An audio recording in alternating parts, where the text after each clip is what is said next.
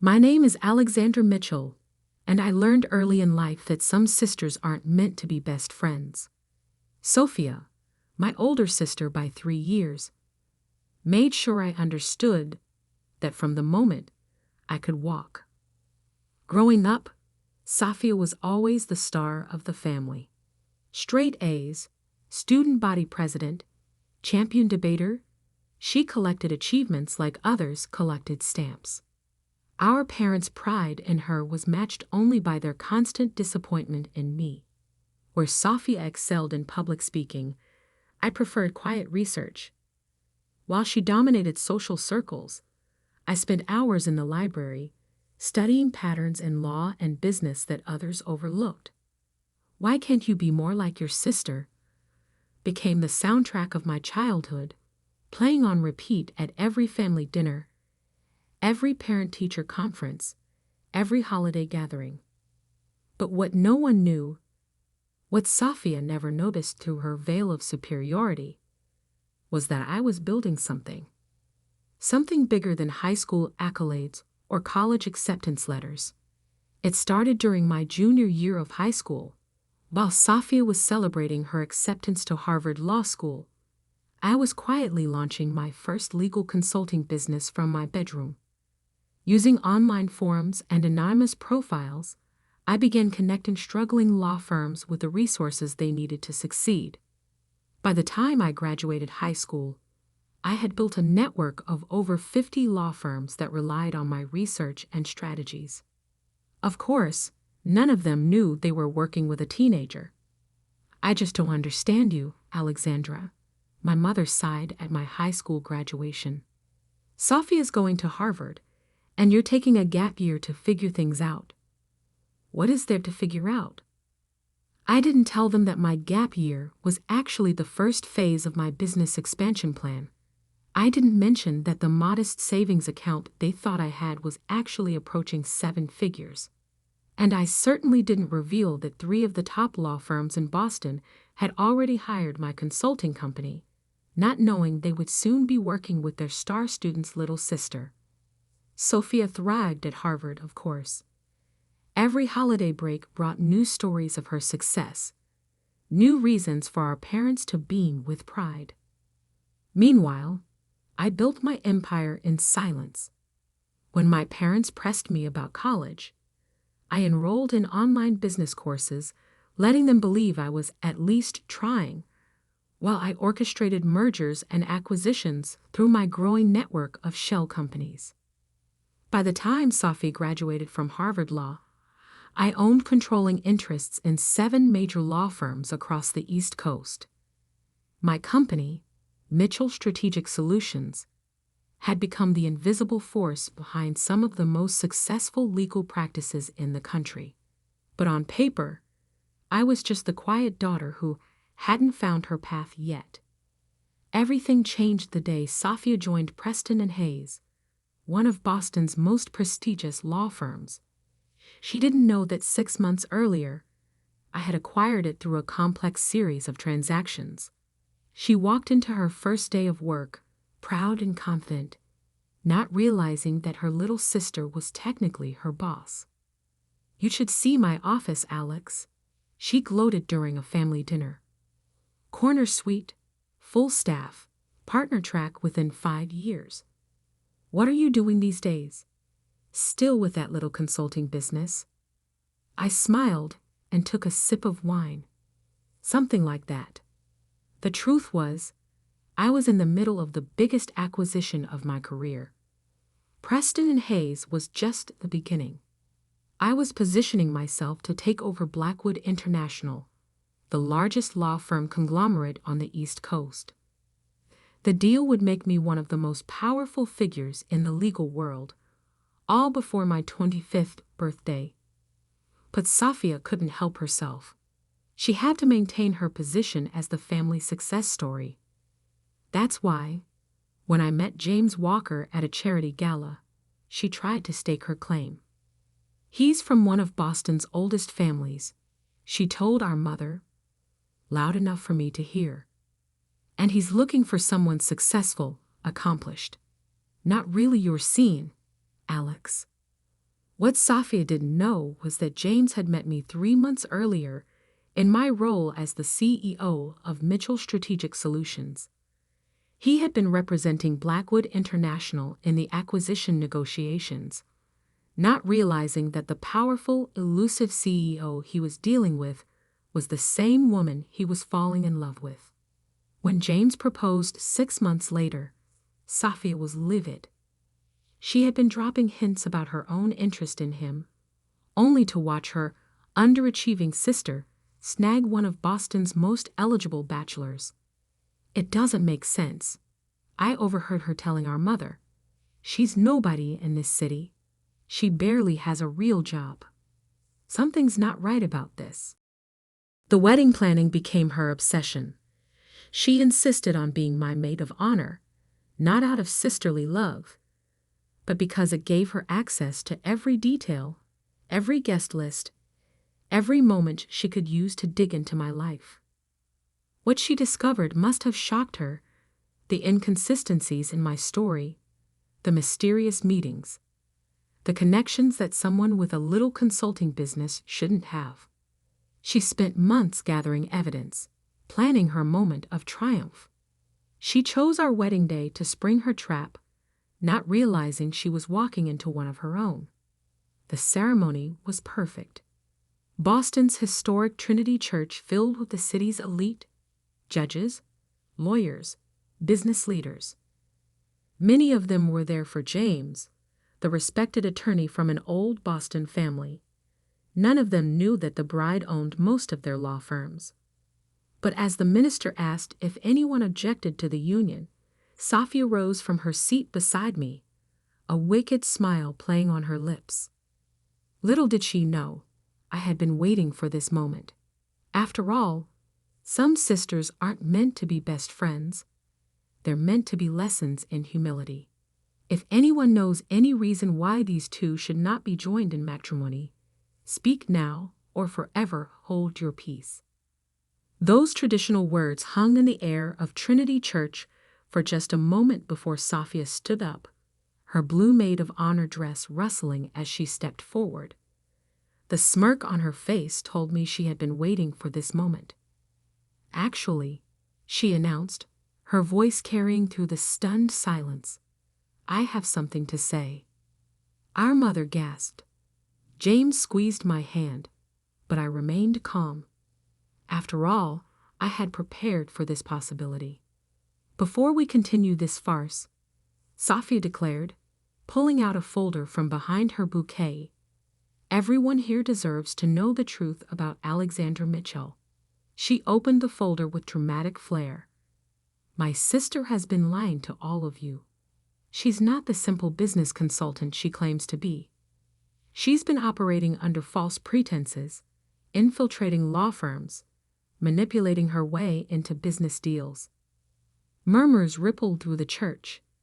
In the front row, our father's face had turned red with embarrassment. Our mother looked like she might faint. "I have proof," Sophia continued, clearly enjoying herself. "Bank records showing suspicious transactions. Shell companies leading back to her. She's been deceiving everyone, including her fiancé." She turned to James. "Did you know your bride isn't who she claims to be? That while you've been working on the Blackwood International acquisition, she's been orchestrating it?" I finished for her, my voice calm. Sophia faltered for a moment, but pressed on. "She's not qualified to run any of these companies. She never even went to law school." "You're right," I said, standing up in my wedding dress. "I never went to law school." I pulled out my phone and opened an email. I was too busy building an empire. With one tap, I sent the email I had prepared. Throughout the church, phones began buzzing as Boston's legal elite received the notification. "Ladies and gentlemen," I announced, "as of this moment, Mitchell Strategic Solutions has completed its acquisition of Blackwood International. This merger makes us the largest legal services corporation in New England." Sophia's face had gone pale. What are you talking about? I smiled. You're right about one thing, Sophia. I'm not a lawyer. I own the law firms, including Preston and Hayes, where you've been working for the past year. The folder slipped from her hands, papers scattering across the church floor. That's impossible. You're lying. Am I? I turned to the assembled guests. Judge Harrison, would you like to confirm who owns controlling interest in your firm? Or perhaps Mr. Blackwood himself would care to explain who he's been negotiating with for the past 6 months. William Blackwood stood up from his pew. Everything she says is true. Alexandra Mitchell is the CEO of Mitchell Strategic Solutions. She's been the driving force behind the most significant legal industry consolidation in Boston's history. Sophia staggered backward. But you're my little sister. The underachiever. The disappointment. The disappointment who now owns the company where you work. I corrected her. Speaking of which, we should discuss your recent performance reviews. They're not very impressive. Our mother had found her voice. Alexandra, why didn't you tell us? Would you have believed me? I asked. You were too busy comparing me to Sophia's Harvard degree to notice I was building something bigger than any law school could teach. I turned back to my sister. By the way, since you're so interested in exposing secrets, should we discuss what really happened with the Anderson case last month? The one where you claimed full credit for the settlement. Sophia's face went from pale to ashen. You wouldn't. The actual case files show that you barely contributed, I continued. In fact, your primary contribution was taking credit for work done by your junior associates, something that's become a pattern in your career. That's not true, she protested weakly. The records indicate otherwise, as do the complaints filed by your team, which have been sitting in HR, complaints I now own, by the way. James stepped forward, taking my hand. He was smiling. I should mention, he added, that as chief counsel for Blackwood International, I've known exactly who Alexandra is from the beginning. We met during the initial merger negotiations, long before that charity gala where you tried to warn me about her. Sophia looked around desperately, but she found no allies in the crowd.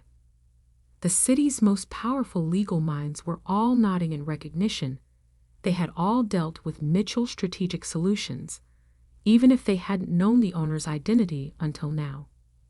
So, I said, straightening my wedding dress, would you like to continue exposing secrets, dear sister? Or shall we proceed with my wedding? Sophia stood frozen, her carefully planned moment of triumph transformed into her own public humiliation. Finally, she managed to whisper, Why didn't you ever tell me? You never asked, I replied simply. You were too busy looking down at me to notice I had risen above you. I turned to the minister. Shall we continue? But Sophia wasn't quite finished. As she sank back into her seat, she muttered just loud enough for me to hear, This isn't over. I caught her eye and smiled. Actually, it is. Check your email. As if on cue, her phone buzzed. Her eyes widened as she read the message. An official notice of her immediate termination from Preston and Hayes, effective that moment. You can't fire me, she hissed. I'm not firing you, I corrected her. The evidence of your misconduct and credit theft is firing you. I'm just the owner who approved the termination. The minister cleared his throat, clearly unsure how to proceed after such drama, but I simply nodded for him to continue. After all, this was still my wedding day, even if it had turned into something more. As I stood there, preparing to say my vows, I caught a glimpse of my reflection in one of the church's stained glass windows. I saw not the quiet, overlooked younger sister, but the powerful woman I had become. the woman who had built an empire while others underestimated her. And as I looked at Sophia, now sitting humiliated in her maid of honor dress, I realized that sometimes the best revenge isn't just success. It's success that no one saw coming. The ceremony continued, but the atmosphere had shifted. This was no longer just a wedding. It was a coronation. My parents sat in stunned silence, processing the revelation that their underachieving daughter was actually one of the most powerful people in the room. As I said, "I do," I couldn't help but think how fitting it was that my wedding day had become the day I finally stepped out of the shadows. After all, what better way to start a new life than by revealing your true power? But even as I celebrated, I knew this was just the beginning. Sophia's words, "This isn't over," echoed in my mind. She had always been competitive, vindictive. She wouldn't take this humiliation lying down. What she didn't realize was that I was counting on that. The reception at the Boston Harbor Hotel should have been the perfect celebration. Instead, it became the battlefield for the next phase of Sophia's war against me. I was barely through my first dance with James when my phone buzzed with urgent messages. Sophia had gone straight from the church to the media, attempting to spin a story about corporate espionage and illegal business practices. Mitchell Strategic Solutions built through deception. Read the headline she had somehow managed to plant in an online business journal. Harvard graduate exposes sister's fraudulent empire. I smiled, showing the article to James. He raised an eyebrow. "She really doesn't know when to quit, does she?" "No," I replied. "She doesn't." But I was ready for this too. I nodded to Catherine, my chief of operations, who had been waiting discreetly by the bar.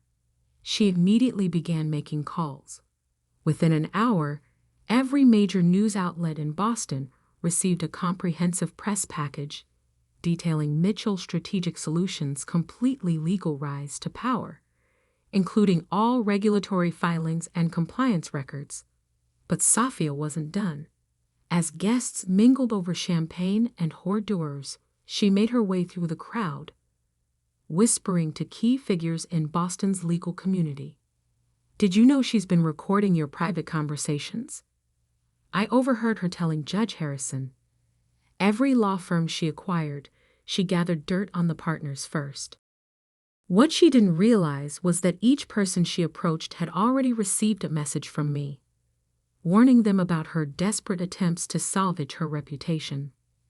The breaking point came when she approached William Blackwood himself. "Mr. Blackwood," she said, her voice carrying just enough to draw attention, "I have evidence that my sister blackmailed you into this merger. She threatened to expose your offshore accounts." The room fell silent. Blackwood looked at her for a long moment, then laughed. "Miss Mitchell, or should I say, former Attorney Mitchell, your sister never blackmailed me. In fact, she was the one who helped me legitimize those accounts last year, saving my company millions in potential fines. That's why I agreed to the merger." Sophia's face turned red. But the documents I found were decoys," I interrupted, walking over. "I knew you were searching my office at Preston and Hayes. Every secret document you discovered was placed there specifically for you to find." "That's impossible," she stammered. "The banking records, the shell companies, all legal, all traceable, all part of legitimate business operations," I explained calmly. "Did you really think I wouldn't protect myself against exactly this kind of attack?" Our parents, who had been watching this exchange with increasing discomfort, finally approached. "Sophia," our father said, his voice heavy with disappointment, "enough." But she wasn't finished. She pulled out her phone, hands shaking. "I still have proof. Recordings of your meetings, documents I copied." Actually, James interjected, you don't. As Chief Counsel of Blackwood International, I should inform you that removing confidential documents from Preston and Hayes constitutes a serious breach of contract, not to mention a violation of the Bar Association's ethics code.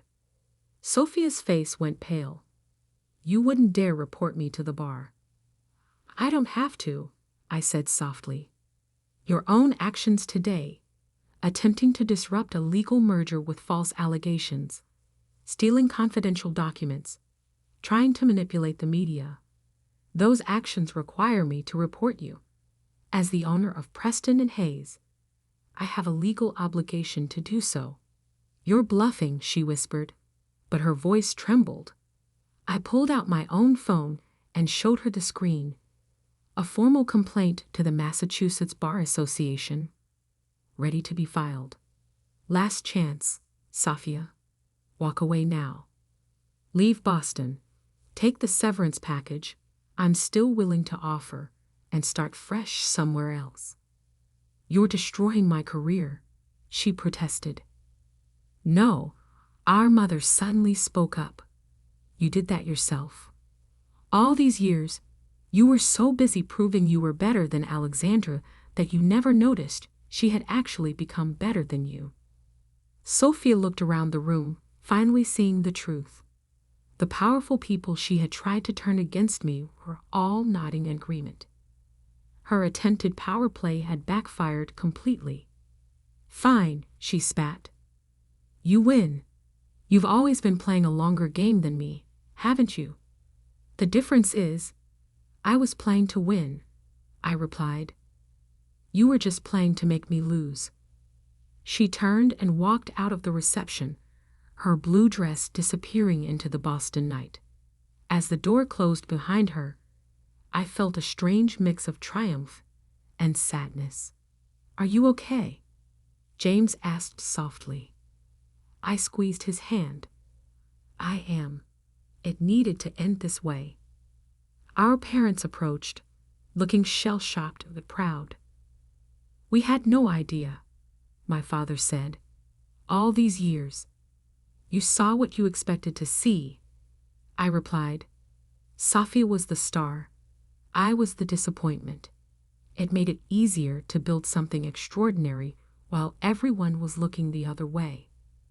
The rest of the reception passed in a blur of congratulations and celebrations. But now people were celebrating more than just my marriage. They were celebrating the emergence of a new power in Boston's legal world. Later that night, as James and I prepared to leave for our honeymoon, I received one final email from Sophia. You've won, she wrote. I'm moving to Chicago. But remember this, you taught me that appearances can be deceiving. One day, when you least expect it, I'll have built something of my own, and then we'll see who the real winner is. I showed the email to James. He looked concerned, but I just smiled. Let her try, I said. Building something real takes more than ambition and revenge. It takes patience, strategy, and the wisdom to know that true success isn't about beating others. It's about becoming the best version of yourself. 10 years later, I stood in my office at the top of the Mitchell Blackwood Tower, looking out over Boston's skyline. The empire I had built had grown beyond even my expectations. Sophia had tried to start several ventures in Chicago, but each had failed because she was still focused on competing with me, rather than creating something meaningful. Our parents had finally learned to see me for who I was, not who they had assumed I would be. And James had become not just my husband, but my true partner, in business and in life. On my desk sat a framed photo from our wedding, the moment right after I revealed the truth about Mitchell Strategic Solutions. In it, I'm standing tall in my wedding dress, power and confidence radiating from my posture. Sophia is in the background, her face a mask of shocked realization. It serves as a reminder that sometimes the quietest person in the room is the one you should watch most carefully. Because while some people spend their lives trying to prove their worth through words and showmanship, others build empires in silence. My phone buzzed. Another major law firm was ready to join our network. As I prepared for the meeting, I thought about how far I'd come from that overlooked younger sister. Sometimes the best revenge isn't just success. It's success so complete that it transcends revenge altogether. And sometimes the greatest triumph isn't in proving others wrong, but in proving yourself right. The empire I built wasn't just about showing up my sister or proving my worth to my parents. It was about creating something lasting, something meaningful, something that would outlive any family drama or personal vendetta. And as I sat down to sign the papers that would further expand my business empire, I couldn't help but smile. Because in the end, the quiet sister had roared the loudest, not through words, but through actions. Not through competition, but through creation. That's the thing about true power. It doesn't need to announce itself. It simply is. And that's a lesson Sophia never learned.